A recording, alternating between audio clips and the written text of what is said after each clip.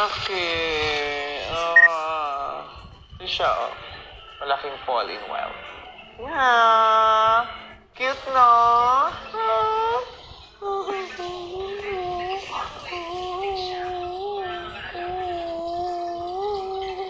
Alam mo, Pop Mart, registered Casing Loom. Siya yung illustrator na gumawa ng The Monster, si Casing Loom. Excited na akong buksan to. Ito talaga nagpahirap sa akin sa Amerika kasi saka siya sa luggage. Kaya sabi ko, i-hand carry ko na lang. Baka payagan nito i-hand carry. Pero pagdating sa counter, masyado siyang mahaba. So, hindi sila pumayag i-hand carry. So, kailangan ko siyang i-check-in. Chinek-in ko siya na kaganito. Na pinakiusap ko talaga dun sa counter. Sabi ko, please take care because it's very precious. Ayan, manika levels na kasi talaga siya. Ano sila na yun? Jackie, would you mind helping me, please?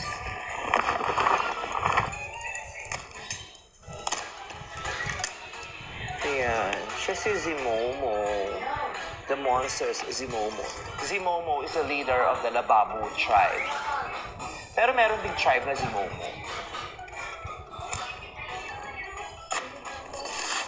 Ayan siya. Ito na siya. Handa na ba kayong makita siya? Zimomo, original. Found you! Oh, so cute! Oh, cute ni Zimomo. Nakasakal siya.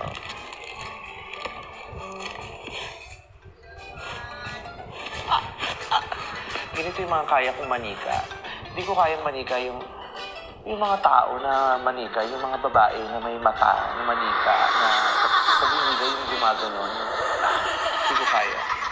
Mamamatay ako.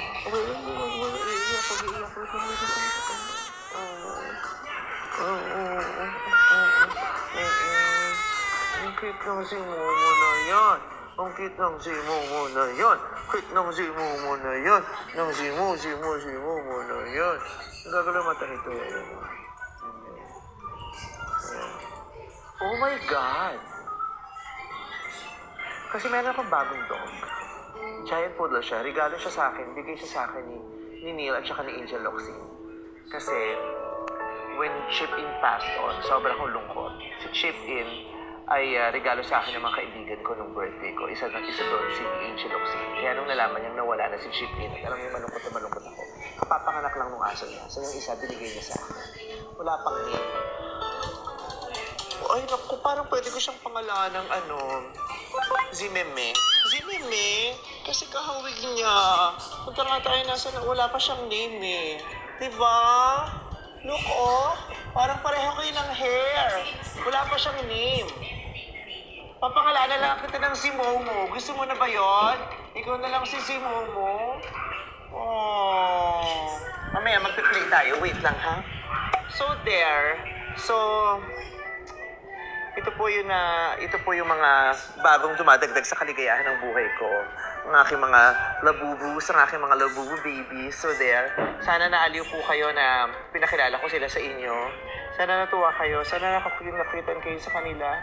Ayun sila, oh. So makikita niyo sila, nabibitbitin ko. Gusto niyo man ako makikita. Kahit sa TV, bibitbitin ko sila. Kit na yan eh. So there, di ba nakaka-GV? Kaya ako shinare sa inyo kasi napapasaya nila ako. Nagbibigay sila ng good vibes sa akin. Gusto ko, kahit sa YouTube ko lang nyo sila makita, makakuha kayo ng GV from them. So there. Thank you so much! GV lang! Mwah!